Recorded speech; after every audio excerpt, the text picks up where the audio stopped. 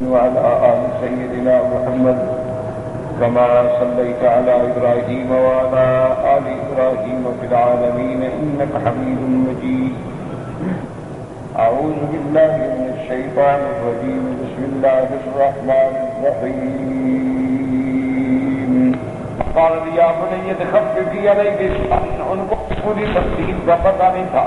انہوں نے کہا کہ گھبراؤ نہیں، غم نہ کرو. والله لقلما كانت امرأة قد حسنا عند رجل يحبها لها جرائم لا حسد لها، کہ کوئی ایسا ہوتا ہے کہ جب ایک آدمی کی بیوی ہو، پیاری بھی ہو، حسین بھی ہو، اور اس کی اور سوکنے بھی ہوں، تو ایسے واقعات حسد میں ہو جاتے ہیں.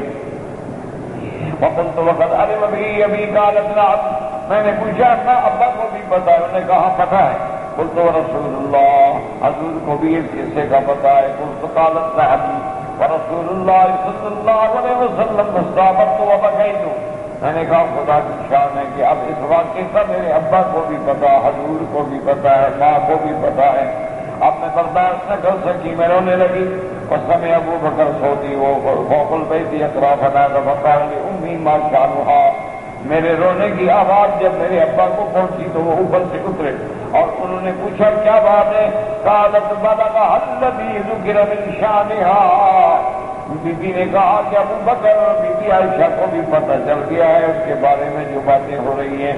ففاضت عیناہ رضی اللہ عنہ، حضرت ابو بکر کی آنسو بھی نکل آئے، وہ بھی رونے لگے. فقال اقسمت عليك يا ابا بنية الا رجعت الى بيتك.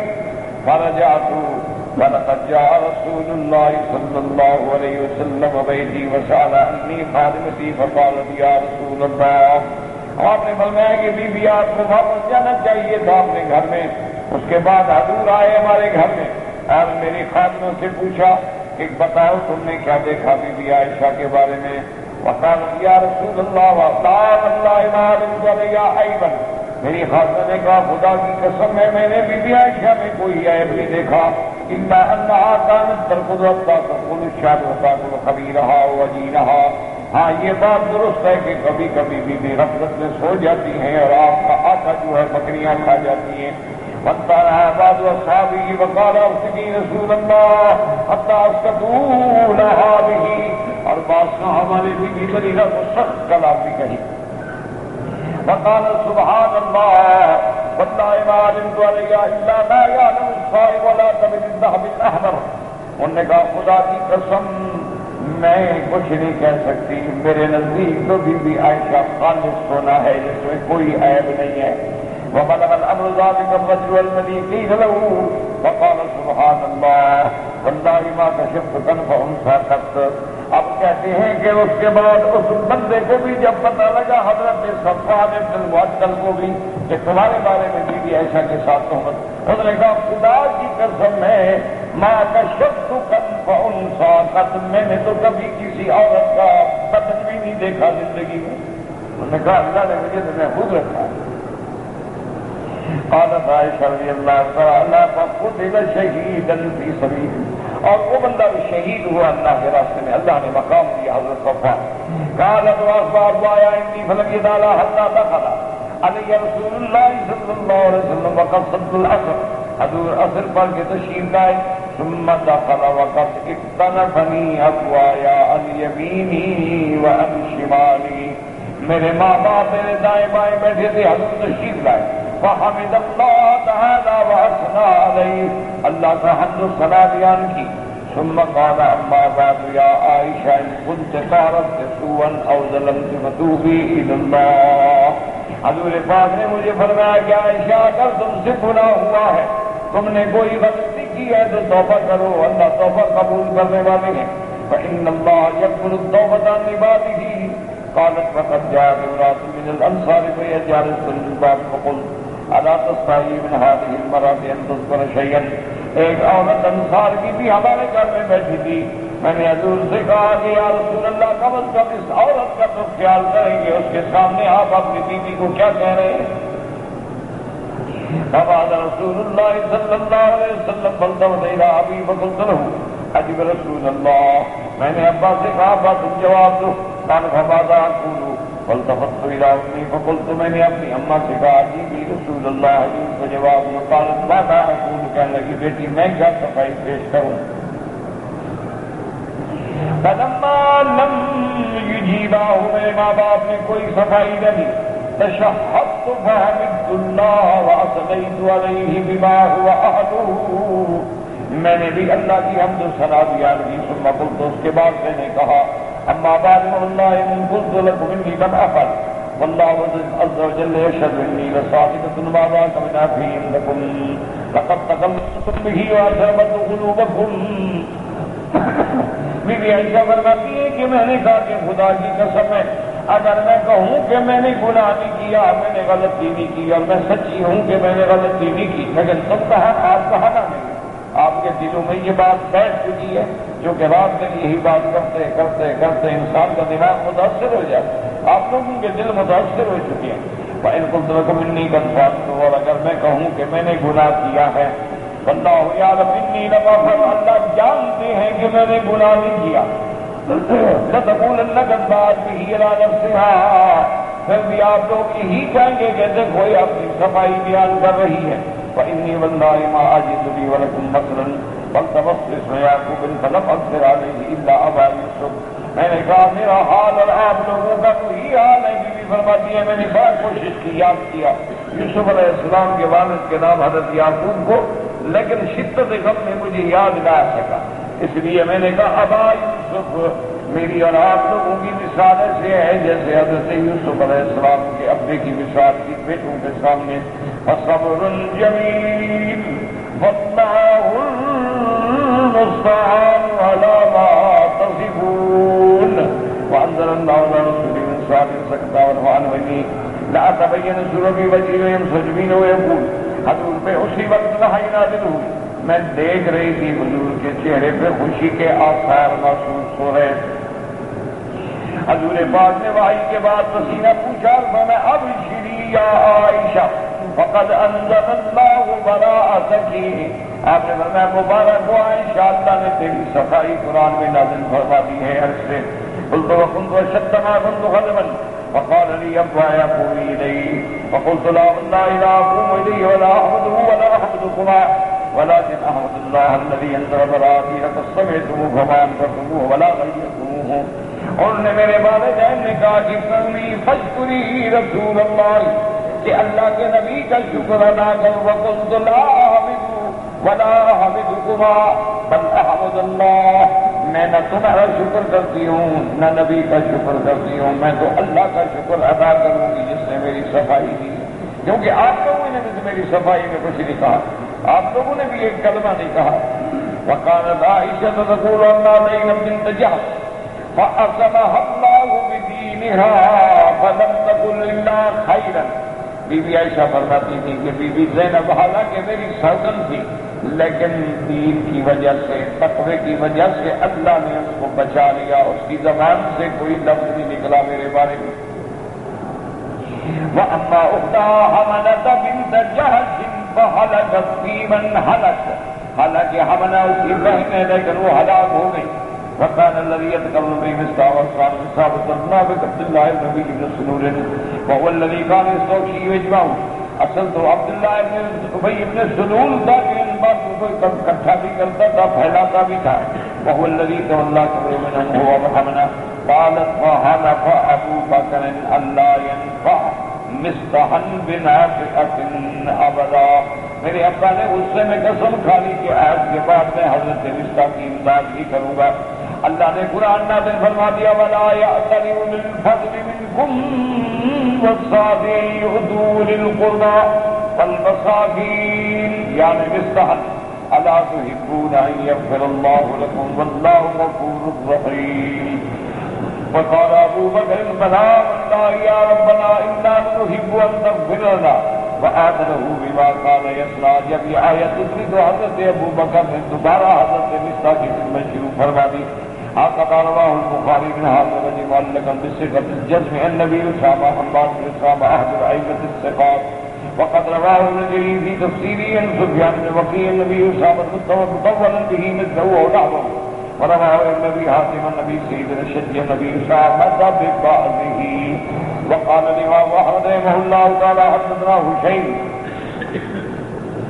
قال أخبرنا عمر بن أبي شرط النبي عائشة رضي الله تعالى عنها قالت لما نزل عذري من السماء کہ جب اللہ تبارک و تعالی نے میری برات آسمانوں سے اتار دی جاء النبي صلى الله عليه وسلم فأخبرني بذلك فقلت بحمد الله لا بحمدك حضور پاک نے جب مجھے خبر دی کہ اللہ نے میری برات اتاری ہے میں نے کہا یا رسول اللہ اللہ کا شکر ہے آپ کا کوئی شکریہ نہیں وقال الامام احمد الرضاعي هدي محمد بن سعد عبد الله بن بكر بن عائشة عن عائشة رضي الله تعالى عنها قالت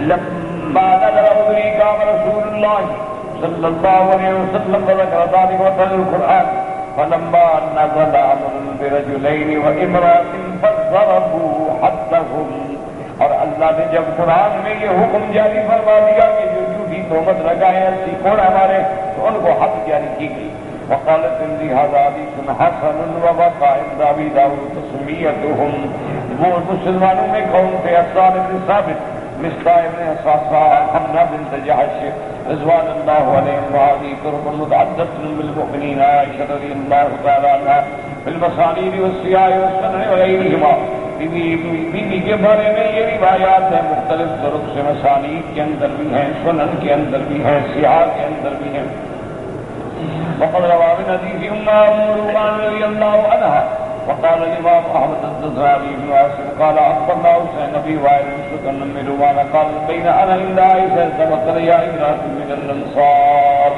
وقال قال الله بابنها ففعل فقال عائشہ ولیمہ کھاتے قال في من حدث الحديث اس روایت میں یہ ذکر ہے کہ بی بی فرماتی ہے کہ میں والدہ کے پاس تھی کہ ایک عورت آئی اور اس نے اپنے بیٹے کے بارے میں بڑی سخت باتیں کی تو میری والدہ نے کہا ایسا کیوں کہہ رہی ہے اس نے کہا وہ ان لوگوں میں ہے جنہوں نے بی بی عائشہ پہ قصے بنائے ہیں قال البائی الحدیث قال کذا وکذا قالت وقد بلغ ذلك رسول اللہ صلی اللہ علیہ وسلم کیا یہ قصہ حضور کو بھی پہنچا قالت نعم قالت وبلغ ابا بکر قالت نعم وقرت عائشہ رضی اللہ عنہا مغشیا علیہا بی بی عائشہ کے ہوش ہو کے گر گئی فما افاقت الا والیاہما بنافذ جب ہوش آیا تو بی بی کو شدید بخار تھا قالت فقمت ودسترتها میں نے اٹھ کے کپڑا ڈالا قال جاء النبي صلی اللہ علیہ وسلم هذه وقلت یا رسول اللہ اللہما بنافذ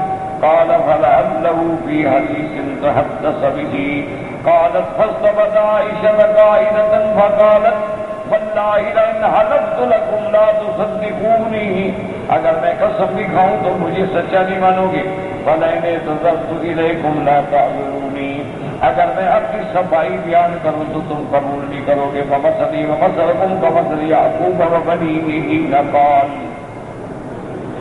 فصبر جميل والله المستعان على ما تصفون قال رسول الله عذرها فرجع رسول الله وجلده وقال يا عائشة إن الله تعالى قد أنزل عذرك وقال بحمد الله لا بحمدك فقال أبو بكر تقولين هذا لرسول الله قالت نعم قالت وكان في من حدث هذا الحديث رجل كان يقوله ابو بکر حضرت ابو بکر کی عیادت کرتے فحلف ان لا يصله آپ نے قسم کھائی کہ میں اب اس کے ساتھ صلہ رحمی نہیں کروں گا فانزل الله ولا يأتل أولو الفضل منكم والسعة ان يؤتوا أولي القربى حضرت ابو بکر نے پھر دینا شروع کر دیا ففرد للبخاری في مسلم طریقے سے وقد رواه البخاري موسى بن نبي أبانا والمحمد بن سلام عن محمد بن فضيل كلاهما عن حسين به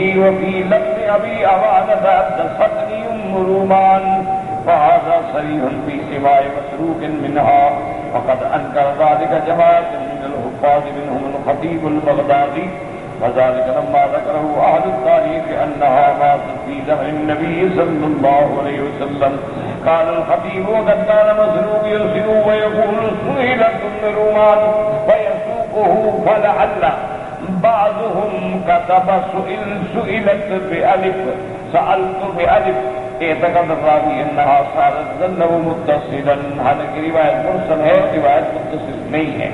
قال الخطيب وقد رواه البخاري كذلك لم تصل له علته كذا قال والله اعلم. ورواه بعض من مسروق ان عبد الله المسعود مروما والله اعلم. وقوله تعالى ان الذين جاءوا بالافك افك معنى الكذب والبهت والافتراء جھوٹ بہتان. وعصبة يعني جماعة منهم لا تعصبوا شرا لكم اي بآل ابي بكر بل هو خير لكم في الدنيا والآخرة. لسان صدق في الدنيا ورفعة منازل في الآخرة وإظهار شرف لهم بإذناء الله تعالى بعائشة أم المؤمنين رضي الله عنها. یعنی اس میں اللہ نے حضرت ابو بکر کا شان دنیا آخرت میں اونچا کر دیا کہ اتنا بڑا مقام ہے عائشہ کا کہ جس کی صفائی اللہ عرش سے دے رہے ہیں. ولہذا لما دخل علیہ ابن عباس رضی اللہ تعالی عنہ انا وهي في سياق الموت قال يا بشري فانك زوجة رسول الله صلی اللہ علیہ وسلم وكان يحبك ولم يتزوج بكرا غيرك ونزلت براءتك من السماء. بی بی عائشہ کا جب آخری وقت موت کا تھا حضرت ابن عباس رضی اللہ تعالیٰ عنہ گئے عیادت کے لیے تو انہوں نے کہا کہ بی بی خوش ہو جاؤ، مبارک ہو تمہیں کہ تم حضور کی بڑی محبوب بی بی ہو اور حضور نے کوئی کنواری لڑکی شادی نہیں کی تیرے سوا اور تو وہ شان والی بی بی ہے جس کی اللہ نے قرآن میں صفائی بیان فرمائی ہے. واللہ اعلم.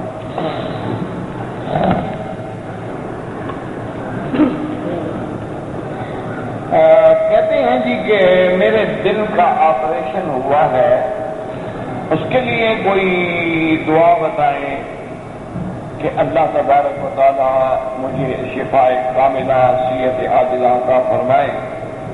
اللہ کے نام ہے یا قوی القادر المقتدر.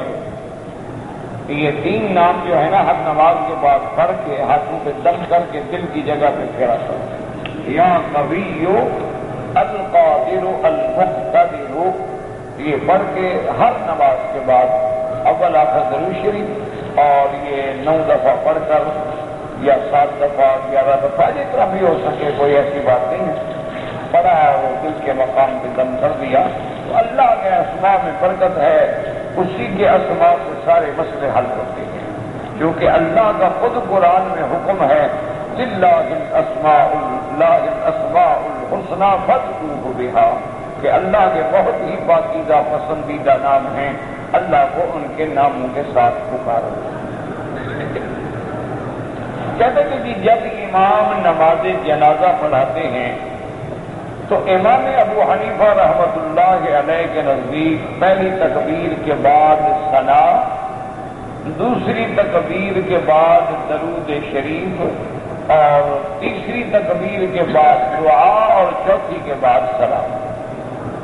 امام احمد بن حنبل رحمۃ اللہ علیہ فرماتے ہیں کہ پہلی تکبیر کے بعد سورۃ فاتحہ پڑھے اور دوسری تکبیر کے بعد درود شریف اور اس کے بعد دعا مانگے. تو بہرحال اللہ پاک سب کا پڑھنا اور جنازے میں شامل ہونا، اجر کا حاصل ہونا سب کا منظور و مقبول فرمائیں. باقی یہ علمی تحقیقات ہیں کیونکہ امام احمد بن حنبل اس کو نماز قرار دیتے ہیں اور نماز میں ان کے نزدیک فاتحہ پڑھنا ضروری ہے، لیکن امام ابو حنیفہ رحمۃ اللہ علیہ اس کو نماز کی مسل تو سمجھتے ہیں لیکن وہ فرماتے ہیں اصل میں یہ دعا ہے کیونکہ کوئی ایسی نماز اللہ نے فرض نہیں کی جس میں رکوع اور سجود نہ ہو. کہتے جی کہ اللہ کے حرم میں جو مکروہ اوقات ہیں، مثلا سورج نکل رہا ہے، سورج عین سر پہ کھڑا ہے، سورج ڈوب رہا ہے، صبح کے بعد سورج نکلنے تک، عصر کے بعد مغرب تک یہ اوقات ہیں جن میں نماز نہیں پڑھنی چاہیے. تو امام ابو حنیفہ رحمۃ اللہ علیہ تو فرماتے ہیں کہ چاہے آپ حرم میں ہیں، مکے میں ہیں، کسی بھی جگہ ہے نماز. باقی ائمہ کے نزدیک سب جگہ اسی طرح ہے کہ نہ پڑھے، لیکن وہ کہتے ہیں کہ مکہ میں مسجد الحرام میں گنجائش ہے کہ اگر کوئی آدمی طواف کرے اور اس کے بعد جس وقت بھی چاہے 2 رکعت پڑھ لیتی جائے. تو اس لیے وہ فرماتے ہیں کہ حرم شریف میں تو گنجائش ہے پڑھنے کی، حرم شریف کے علاوہ وہ بھی کہتے ہیں کہ نہیں پڑھنا چاہیے. تو بہرحال باقی ہوتا ہے، ہمیشہ یاد رکھیں کہ دلائل کا آدمی دونوں طرف کے دلائل ذکر کرے اور بتائے کہ اس کی دلیل کیا ہے، اس کی دلیل کیا ہے. تو ایک ذمہ دار آدمی کا قاعدہ یہ ہوتا ہے کہ وہ تمام ائمہ کرام کے مسلک کو بیان کر دے اور آگے جو ہے ہر آدمی اپنے اپنے ائمہ کے مسلک پہ عمل فرما دے، کیونکہ تمام کے تمام ائمہ علی الحق والہدی ہیں رحمت اللہ علیہم اجمعین. اللہ ان کی قبروں پہ کروڑوں رحمتیں فرمائے. کیونکہ جو بھی آدمی ہے مثلا حنفی ہے، وہ یہ کہے گا کہ میرے امام کا قول راجح ہے، لیکن دوسرے کو غلط نہیں کہے گا. ہو سکتا ہے اس کا قول بھی ٹھیک ہو. تو یہ قاعدہ ہے، ورنہ دلائل جو ہے الحمدللہ دونوں طرف کے موجود ہیں کہ بعض علماء یہاں پڑھنے کی اجازت دیتے ہیں. اور ویسے ایک بات یاد رکھو، ایک مسئلہ سمجھ لو. مثلا ایک آدمی نے طواف کیا، اس کی 2 رکعت اس نے مغرب کی نماز کے بعد ادا کی. تو یہ تو ایسا وقت ہے نا جس میں کسی کا اختلاف نہیں. مغرب کے بعد پڑھنے میں کوئی جھگڑا ہے ہی نہیں. اگر عصر کے بعد پڑھے تو امام ابو حنیفہ تو مخالف ہے نا، جھگڑا ہے نا. ایک امام تو مخالف ہے نا، اور وہ بھی مخالفت اپنی طرف سے نہیں کرے. ایک حدیث ہے حضور پاک کی کہ لا صلاۃ بعد العصر حتی تغرب الشمس، عصر کے بعد کوئی نماز نہیں جب تک سورج نہ ڈوبے. وہ اپنے گھر سے تو وہ بھی نہیں کہہ رہے. تو اس لیے آپ یہ کیا کریں کہ مثلا آپ فجر کی نماز پڑھ کے حرم میں آئے، آپ نے طواف کیا، تو اگر آپ آدھا گھنٹہ بیٹھ جائیں گے تو عشاء بھی پڑھ لیں اور طواف کے 2 رکعت بھی پڑھ لیں اور پڑھیں بھی اس وقت جب جھگڑا ہی نہیں. آپ نے عصر کے بعد طواف کیا، ارادہ ہے کہ انشاءاللہ مغرب کی نماز پڑھ کے نکلوں گا، تو آرام سے مغرب پڑھیں، مغرب کے بعد 2 رکعت پڑھ تاکہ اختلاف سے بچ جائیں. اچھا، اگر فرض محال قافلہ تیار ہے، بسیں تیار ہیں، ساتھی جا رہے ہیں، آپ نے عصر کے بعد طواف کیا ہے تو 2 رکعت پڑھ لیں، تو کوئی کفر اسلام کی جنگ تو ہے نہیں. پڑھ لیں اور قافلے کے ساتھ چلے جائیں، کوئی ایسا مسئلہ. تو اس لیے اگر آدمی، ورنہ حضرت عبداللہ ابن عمر اور حضرت عمر کا واقعہ آتا ہے، وہ تو اتنے سخت تھے کہ عصر کے بعد طواف کیا، مدینہ شریف جانا تھا، چلے گئے اور حد حرم سے گزر کے مدینہ منورہ کے رستے میں جا کے 2 رکعت پڑھی، لیکن یہاں نہیں پڑھی. بہرحال اس میں جھگڑے نہ کیا کرو. اس وقت حضور کی امت کو اتفاق کی ضرورت ہے، اتحاد کی ضرورت ہے، اختلاف کی ضرورت نہیں ہے. اور یہ جتنے مسائل مختلفہ ہیں نا، یہ فروعی مسائل ہیں. اعلیٰ اولیٰ کا جھگڑا ہے، نہ یہ کفر و اسلام کا جھگڑا ہے، نہ حلال و حرام کا جھگڑا ہے. اور یار اتنا لمبا لکھو تو میں کس وقت پڑھوں گا. اب میں نے عمرہ تو کر لیا ہے، لوگ کہتے ہیں حج فرض ہو گیا، آپ کو رہنے دیتے ہیں، قانون اجازت ہے رہنے کی. تو حج فرض کیسے ہو گیا؟ جب آپ کو اجازت ہی نہیں ہے قانون میں رہنے کی، تو حج فرض ہونے کا کیا مطلب؟ جاؤ عمرہ کرو، اپنے گھر جاؤ. حرم میں داخل ہونے کے بعد فوراً عمرہ کرنا چاہیے.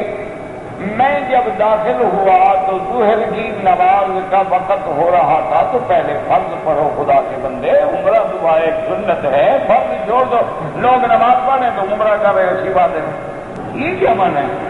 معنی ہوتا ہے کہ جب اپنے ملک سے آئے ہو تو اب بلا وجہ ہوٹلوں میں جا کے آرام نہ کرتے رہو، پہلے عمرہ کرو. یہ معنی نہیں کہ آگے نماز ہو رہی ہے تو نماز چھوڑ دو. نماز جنازہ کے بعد دعا مانگنا جائز ہے. میرا بھائی جنازے میں کیا کرتے ہو؟ گالیاں دیتے ہو یا دعا کرتے ہو؟ نہیں، جنازہ جب آپ پڑھتے ہیں اس وقت آپ دعا کرتے ہیں یا میت کو گالیاں دیتے ہیں؟ دعا کرتے ہیں. اس دعا پہ اعتبار نہیں، بات والی پہ اعتبار ہے. یعنی خدا کا خوف کرو کہ جو دعا نبی پاک نے سکھلائی ہے اور نماز کی حالت میں، اجتماعی حالت میں کر رہے ہیں، اللہم اغفر لحینا و میتنا و شاہدنا و غائبنا، اس دعا پہ اعتبار نہیں، بعد والی دعا پہ اعتبار ہے. جنازے کے بعد جو ہمارے ہاں رواج ہے کہ دعا کرو پھر وہاں دعا کرو پھر یہاں دعا، یہ تو خالص بدعت ہے، ثواب کی بجائے گناہ ہوگا۔ اگر دعا کرنی ہے تو میت کو دفن کرنے کے بعد قبر پہ کھڑے ہو کے دعا کرو، وہ سنت محمد مصطفیٰ۔ حضور پاک نے صحابہ کو حکم دیا، فرمایا کہ اپنے بھائی کے لیے فاسألوا له التثبیت، دعا کرو کہ اللہ اس کو سوال و جواب سے ثابت قدم رکھے۔ الآن یسأل، یہ وقت ہے کہ سوال جواب ہو رہا ہوگا تو بھائی کی مدد کرو، دعا کرو اس کے لیے۔ تو جو سنت ہے وہ ہم کرتے نہیں، جو بدعت ہے وہ ہم 8 دفعہ کرتے ہیں، اب کریں کیا، حل کیا ہے؟ کہتے جی کہ جب عمرے کا طواف کرتے ہیں تو ہم کندھا نکالتے ہیں، صفا مروا میں بھی نکالنا چاہیے، بالکل کسی بھی جگہ نہیں نکالنا چاہیے، صرف طواف کے بھی پہلے 3 چکروں میں۔ یہ بے وقوفی ہوتی ہے لوگوں کی کہ ہر وقت کندھا نکال کے رکھتے ہیں، نمازیں مکروہ، عبادت مکروہ، ہر شے خراب، لیکن کندھا نکال کیوں؟ احرام باندھا ہوا ہے، اور جہاں سے احرام باندھیں گے وہیں سے کندھا نکالتے ہیں، یعنی کراچی سے جو باندھے وہیں سے کندھا نکال کے بیٹھے۔ انا للہ و انا الیہ راجعون۔ جی حالت کا کیا کرے آپ؟ میرے والد عبدالستار صاحب فوت ہو گئے، نیک آدمی تھے، اللہ مغفرت فرمائے، اور جتنے مسلمان فوت ہو گئے اللہ ان کی قبروں کو باغ جنت بنائے، اور جو زندہ ہیں اللہ ان کی ہدایت کے فیصلے فرمائے۔ میں نے جب سے ہوش سنبھالا ہے، میری عمر 60 سال ہے، تو بیوی بچوں سے بھی پریشان، ہر چیزوں میں پریشان، تو اللہ کی مرضی ہے، اسی پہ صبر کرو۔ اللہم لک الحمد کلہ ولک الشکر کلہ الیک یرجع الامر کلہ۔ حضور فرماتے ہیں کہ سب سے زیادہ دکھ تو میں نے اٹھائے، اس لیے غم نہ کیا کرو، یہ بھی اللہ کے راز ہیں۔ بعض اوقات اللہ پریشانیاں دے کے ہمارے گناہ دھو ڈالتے ہیں۔ مومن تو ہر حال میں فائدے میں ہے، اگر کچھ مل جائے شکر، اللہ کا شکر کرو، دکھ آئے صبر، اللہ کے احکام پہ صبر کرو۔ باقی میرا بھائی آج کل جس دور میں ہم گزر رہے ہیں، ظہر الفساد فی البر والبحر بما کسبت ایدی الناس، اتنی عظیم فتنے کا دور آ گیا ہے کہ کوئی کروڑوں میں ایک گھر ہوگا جو عزت کی زندگی گزارا، ورنہ امتحان کا وقت۔ حضرت ثانوی رحمت اللہ علیہ کا میں نے کہیں پڑھا تھا، تو وہ اپنے دور میں بات کر رہے تھے، یعنی آج سے 50 سال 70 سال پہلے کی بات ہے، تو وہ فرماتے تھے کہ اب دور ایسا آ گیا ہے کہ پیر مرید بن کے گزارا کرے، استاد شاگرد بن کے گزارا کرے، خاوند بیوی بن کے گزارا کرے تو گاڑی چلے گی۔ اب تو بیوی کو سمجھو میرا خاوند ہے، اپنے آپ کو سمجھو میں اس کی بیوی، پھر تو گزر ہو سکتا، ورنہ تو ہر گھر کو عورتوں نے جہنم بنا دیا ہے۔ انا للہ و انا الیہ راجعون۔ اور جب سے یہ آپ کا ڈش چلے ہیں، کیبل لگی ہے، اس نے تو پوری دنیا میں عذاب پھیلا دیا ہے، یعنی میں اخبار پڑھتے ہوئے کانپ گیا، میرے آنسو نکل آئے کہ 6 سال کی بچی، 7 سال کی بچی، 9 سال کی بچی کے ساتھ ظالموں نے برائی کی اور تینوں مر گئے تڑپتے۔ یار ہم مسلمان ہیں، ہماری غیرت ہے کہ وہ زندہ پھر رہے ہیں۔ انا للہ و انا الیہ راجعون۔ کیا مر گیا ہے قانون، اندھا ہو گیا ہے قانون، طاقتور کو پکڑتا نہیں ہے اور غریب کو جکڑ دیتا ہے۔ انا للہ و انا۔ اچھا، اور اس کے بعد پڑھو، عورتیں فریاد لے کے تھانے پہ گئی، انہوں نے بھی دی، کہاں جائیں بتائیں، کس کے پاس جائیں؟ قاتل بھی وہی، منصف بھی وہی، شاہد بھی وہی، اقربا میرے کریں خون کا دعویٰ کس پر؟ انا للہ و انا الیہ راجعون۔ بس دعا کرو، آج کو بڑا بس ایسا وقت، یعنی انا للہ، ایسا آدمی اخباریں پڑھ نہیں سکتے۔ اچھا، ایک ہمیں بیماری ہو گئی، اخبار نہ پڑھو، گزارا بھی نہیں ہوتا، عادت ہو گئی ہے نا گندی، ناشتہ نہ ملے، کھانا نہ ملے، اخبار ملے، اور اخبار پڑھو تو انشاءاللہ بلڈ پریشر شوٹ کرے گا، 300 پہ جائے گا سیدھا۔ لا حول ولا قوت الا باللہ العلی العظیم۔ کہتا جی کہ میری چپل اگر گم ہو جائے تو کسی اور کی چپل استعمال کر سکتا ہوں، اگر تمہاری بیوی گم ہو جائے پھر کیا خیال ہے؟ نہیں، یہ مسئلہ تم بتاؤ، چپل والا میں بتاؤں۔ یعنی بڑی چیز گم ہو جائے تو وہ نہیں نکلی جاتی، چھوٹی ہو تو نکل لیتی۔ خدا کے بندے، چپل ہے اپنی اٹھاؤ، اس کو نشانی لگاؤ، تیلی میں باندھیے، کیا ہے کہ دوسرے کی اٹھا لو۔ بھائی نے مجھے 1000 ریال ہدیہ دیا ہے، اگر وہ بچ جائے تو پھر میں، بھائی ہدیہ ہے، بچ جائے، جہاں پر دیا استعمال کرو، تمہیں جب بھائی نے دیا ہے شکر کرو کہ ایسے بھائی اب بھی ہیں جو ہدیہ دیتے ہیں، ورنہ اکثر تو برادران یوسف ہیں جو کنویں میں پھینکتے ہیں۔ عمرہ کرنے کے بعد باقی عمریں نفلی کہنا ہے کہ تو پہلا کون سا فرض ہے؟ فرض تو حج ہے، عمرہ بھی کبھی فرض ہوا ہے؟ اگر ایک آدمی نے عمرے کے بعد چند بال کٹوائے ہیں اور اس طرح نہیں پھروایا ہے تو اس کو ایک بکری دم دینی ہوگی، وہ بال بھی کٹوائے اور ایک بکری دم بھی ادا کرے۔ اگر ہم بیت اللہ میں قرآن شریف رکھ لیں، وقت کر دیں، مہر لگانا ضروری ہے؟ کوئی ضروری نہیں۔ میں نے احرام کی حالت میں خیال نہیں رہا تو کچھ دیر کپڑا منہ پہ رکھ لیا، کوئی بات نہیں، کچھ بھی نہیں ہوتا۔ کہتے جی کہ میں نے غصے میں ایک آدمی کو حرم شریف میں گالی دی، اب ازالہ کیا کروں؟ اگر وہ بندہ موجود ہے، جانتے ہو، اس سے جا کے معافی مانگو، اگر وہ موجود نہیں ہے اس کے لیے دعا کرو کہ یا اللہ جس کو میں نے گالی دی ہے اس کی مہربانی کر گناہ معاف فرما، اس کے لیے دعا کرتے رہو تاکہ ازالہ ہو جائے۔ ٹریول ایجنٹ کو میں نے فراڈیا کہا، یہ اب استغفار کرو۔ کہتے جی کہ بیت اللہ میں ایک گناہ کی سزا 1,00,000 گنا نہیں ہے، نیکی کی جزا 1,00,000 گنا ہے، گناہ ایک کا ایک ہے۔ لیکن کہتے ہیں کہ عورتوں پہ بار بار نظر پڑتی ہے تو روکنے کی کوشش کرو، کوئی مشکل تو ہے نہیں، ویسے نہ چاہو تو بڑا مشکل تھا، اور اگر عند اللہ چاہو تو کوئی مشکل نہیں۔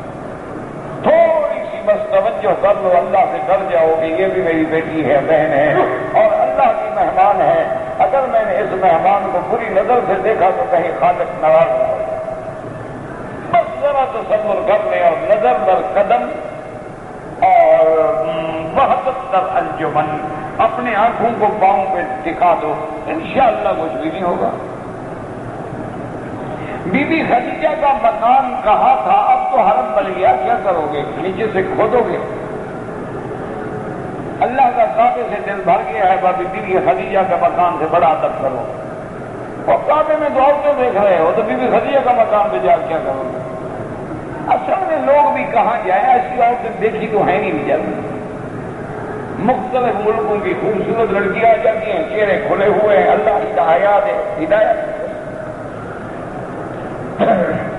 ایک بزرگوں نے وظیفہ لکھا ہے، بارہ تجربہ کر دیکھو، میں تو گناہگار آدمی ہوں، بد کردار آدمی ہوں، میری تو زبان میں کوئی اثر وثر ہے نہیں، تم کر دیکھو شاید اللہ تیرا بھلا کر دے۔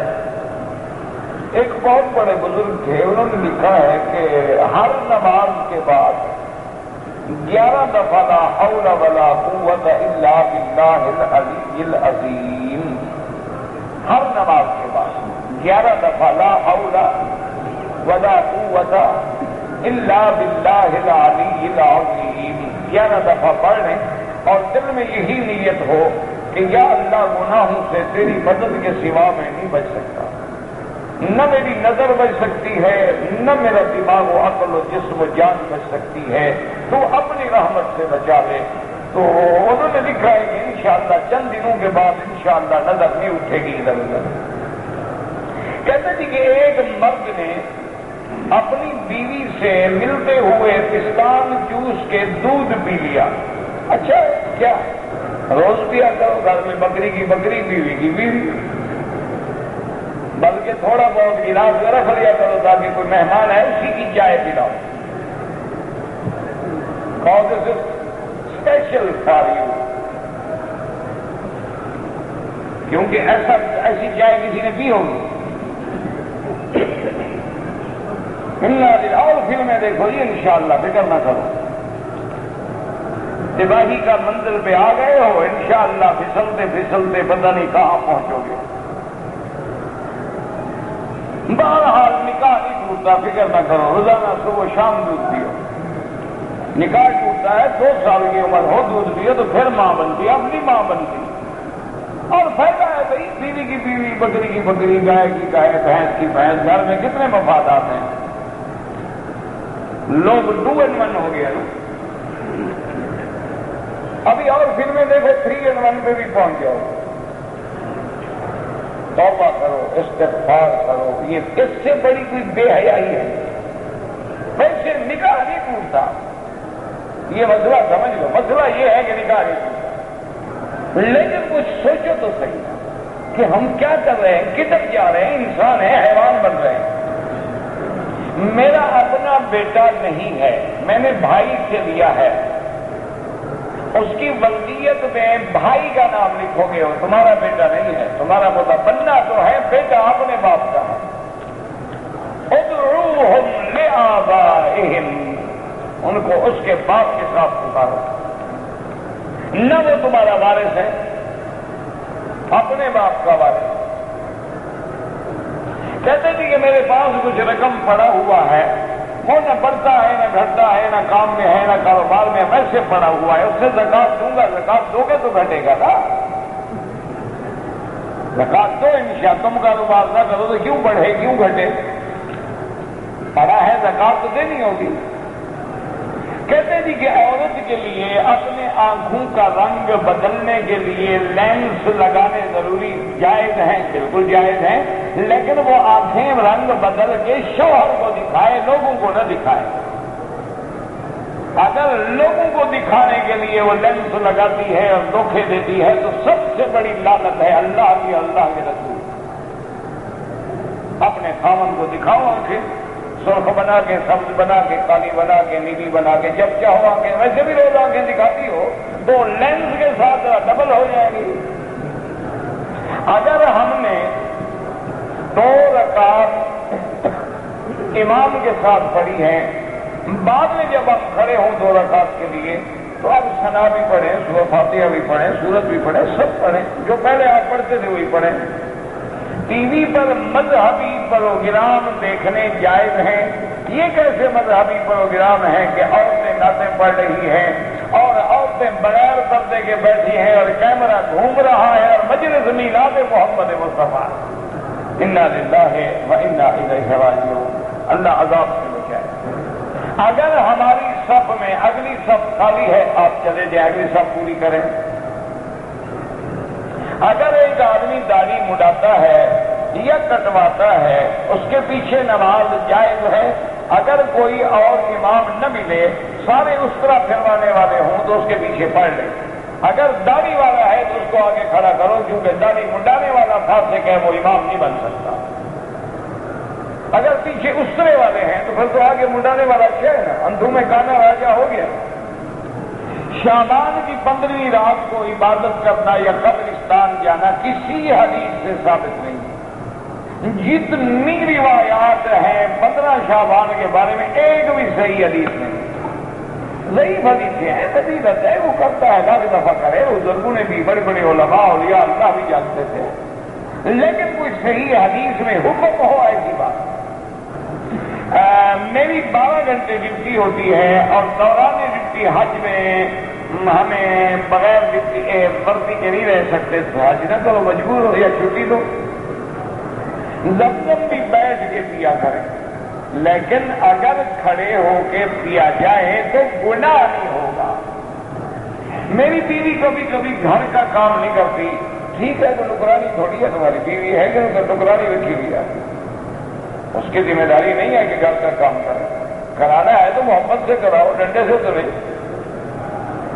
بیوی اگر گھر کا کام کرے اس کا احسان ہے، تم اس کے احسان کے بدلے میں احسان کرو، اچھا برتاؤ کرو، اچھی چیزیں لے کے دو، اچھا کپڑا دو، اچھا زیور دو، اچھا کھلاؤ، اچھا پلاؤ، اور اگر اللہ نے توفیق دی ہے نوکرانی رکھو. بیوی کو ہر مہینے پیسے دینے چاہیے، اگر گزارا کرنا ہے تو دینے چاہیے.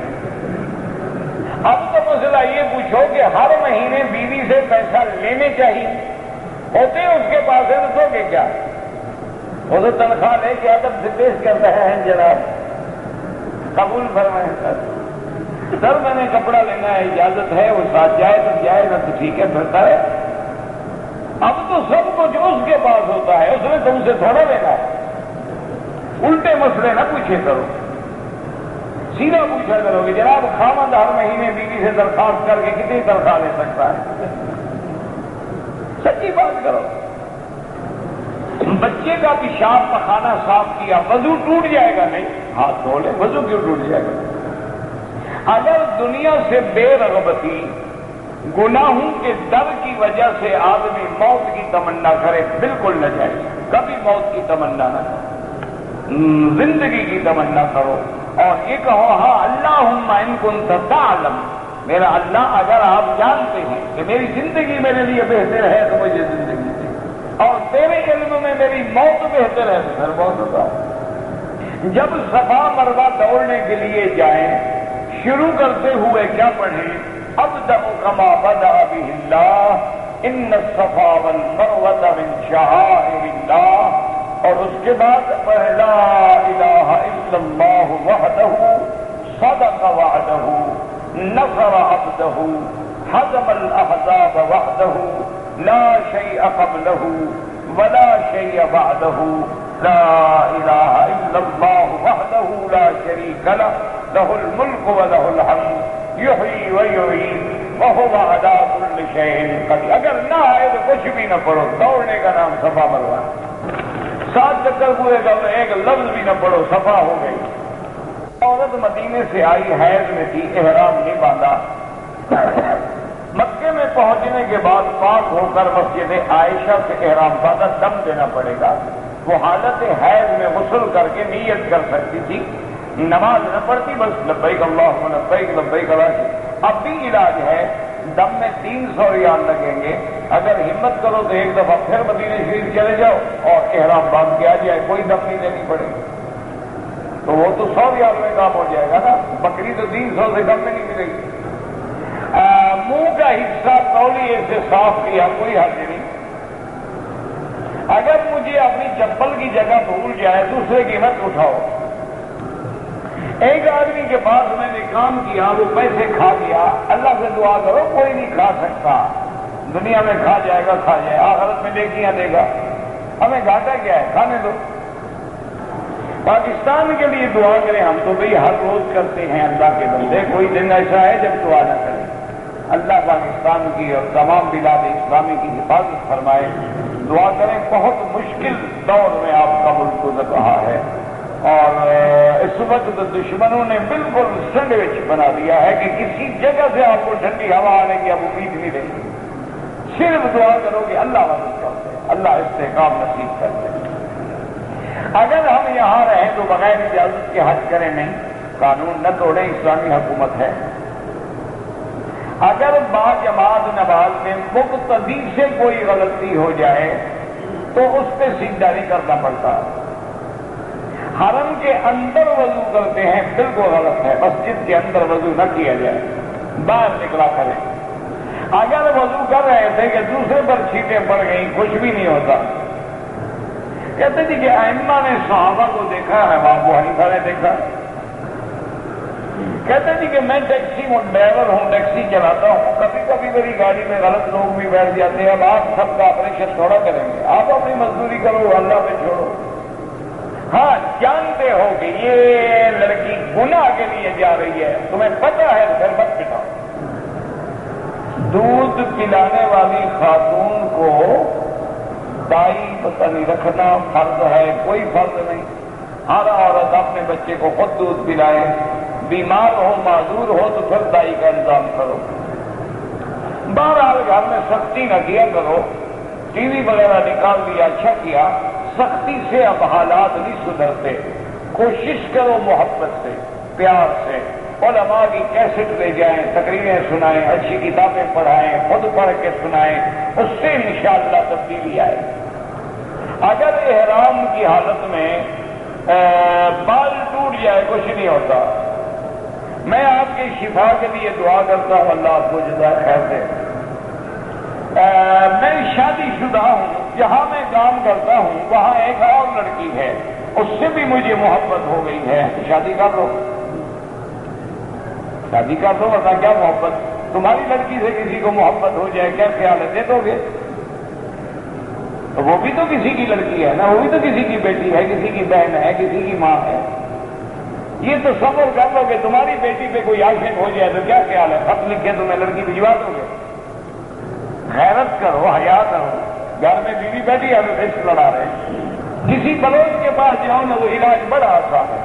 ایسے آدمی کو صبح سویرے ناشتے میں صرف 5 ڈف جو ہے نا جی، وہ 76 جو ہوتے ہیں نا پولیس والے، وہ لگا دیے جو ہے نا، تیسرے دن عشق بھی ہمارے کا فوراً رفو چکر ہو جائے گا، دماغ سے بھی نکل جائے گا، ہر جگہ سے نکل جائے گا۔ گھر میں بیوی بیٹھی ہے، حضرت عشق کر رہے ہیں، انا للہ ہے و انا الیہ، اللہ حیا دعا۔